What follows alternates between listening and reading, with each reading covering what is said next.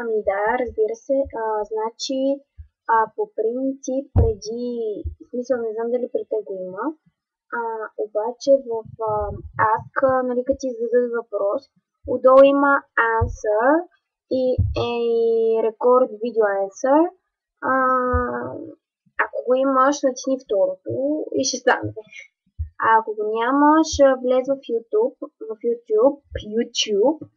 а, значи трябва да имаш регистрация. След това, нали, там до бялото поле, смисъл да написваш песента, да ти искаш да слушаш, има сърфиране и качване или браузър и upload или upload, нямам идея. Сърфиране и качване, натискаш второто и то ти пише... Чакай, сега ще ти кажа какво ти пише, защото в момента записах видеоотговор и да знам какво ти кажа. Чакай малко. Значи, пише ти... Бързо е. Значи, пише ти... изберете файлове от компютъра си, качване на няколко файла и запис от веб-камера, натискаш запис от веб-камера и па.